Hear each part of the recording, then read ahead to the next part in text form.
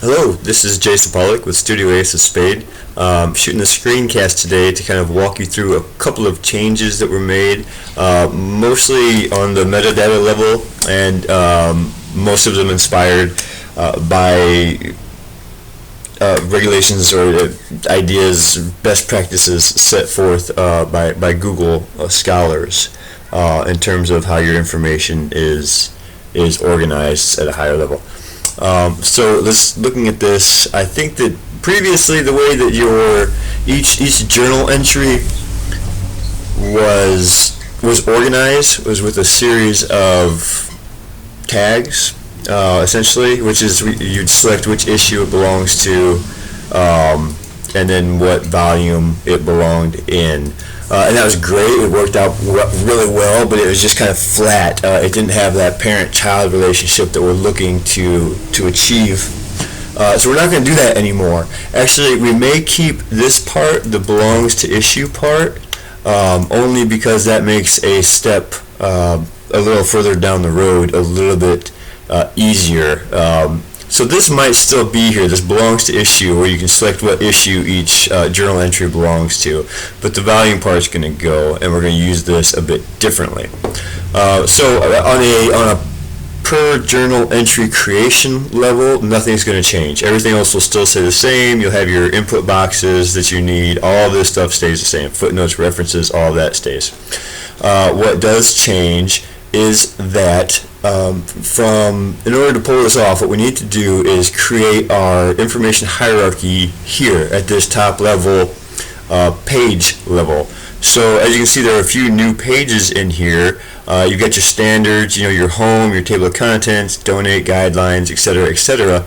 But now each volume is going to need its own page created. So every volume that comes out, every new year, we're going to need to go into this dashboard, and you can do this. I mean, it's add new page and create a new volume page.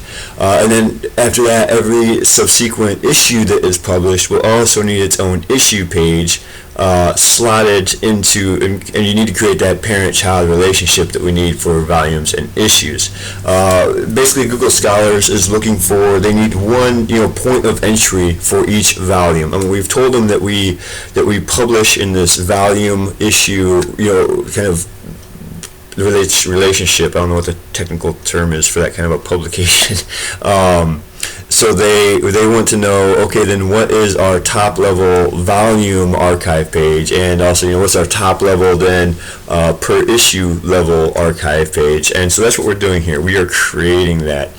So I'm going to look at what it takes to create a volume page. Again, look, we only have to do this once a year. It's not hard though. I mean, if I go in, and we've got a WYSIWYG editor here, but it's empty. The things to pay attention to are the parents. I need to show you this page real quick. That parent, the very, very top level volume page, and the template. Again, you're going to do this once a year, so it's probably just going to be best to duplicate last year's volume and then just edit that. But you get your volume name, short description. I mean, nothing crazy here. Pretty standard stuff. But I just wanted to show you what that was. Like I said, once a year.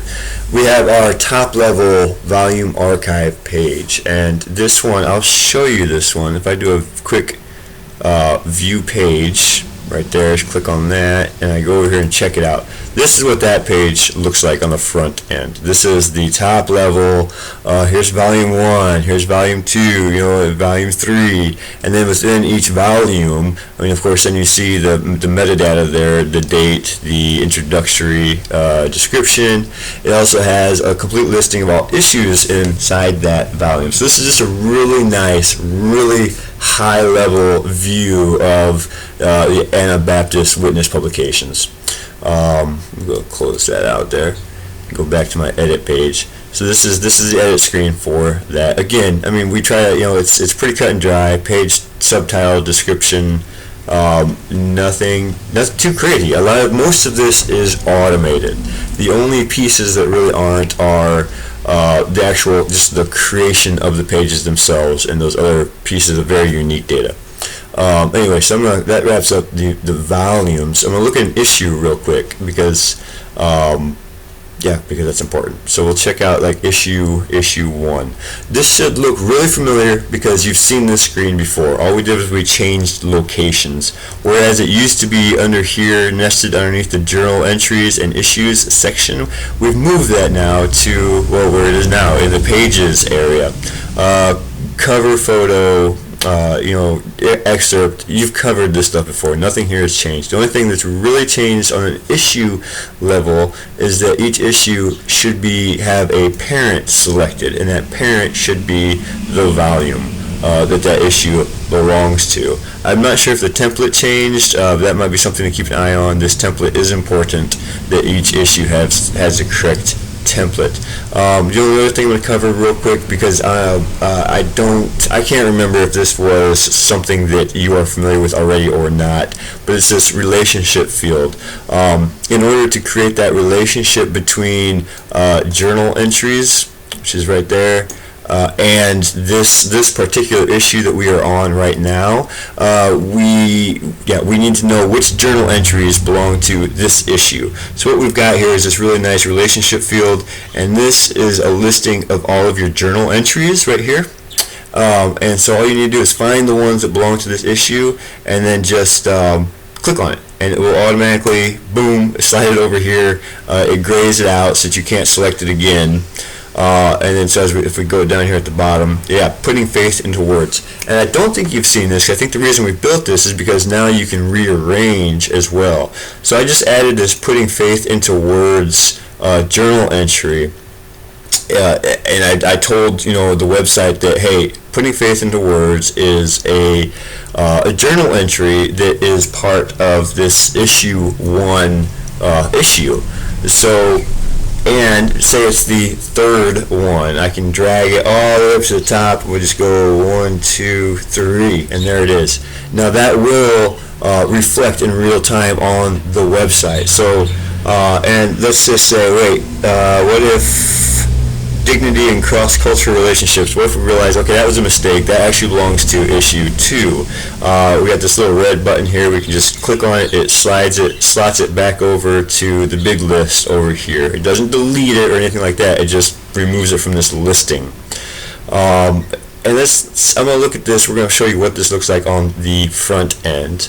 So I'm going to go ahead and go up and click the update. So I've just updated issue 1 of volume 1, which is right here. As you can see, there's our URL structure now. It's AMBS volume 1 issue 1. So again, you've seen this page before, but what we're going to do is scroll down to the table of contents, and then as you can see, the articles in this issue are now as they should be. So that's those. I think that's what I wanted to cover. Oh, I did tell you that to pay attention to the piece where we were tagging entries. I'm going to go ahead and open that in a new tab. I'm going to look at it. Oop, actually, I want this one. Issues. I'm going to look at that real quick again.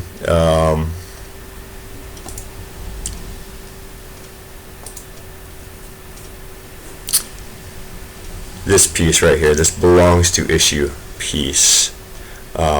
If you do want to set these on a per journal entry level, that would be all right, because then we could come back here and it just makes it easier to find in this section, because then you'll be able to filter it by journal entry. So once you get 10,000 journal entries in here, it gets kind of overwhelming, even with the search feature. So I just wanted to show you real quick that you can also filter those journal entries by that piece of metadata. So that's probably, you'll see that that's going to stick around on the website even in the production version, and that's why. That's not going to have any. This will have no reflection on the front end of the website at this point, only on the back end to make filtering content easier. I think that's it for me. Thank you for your time.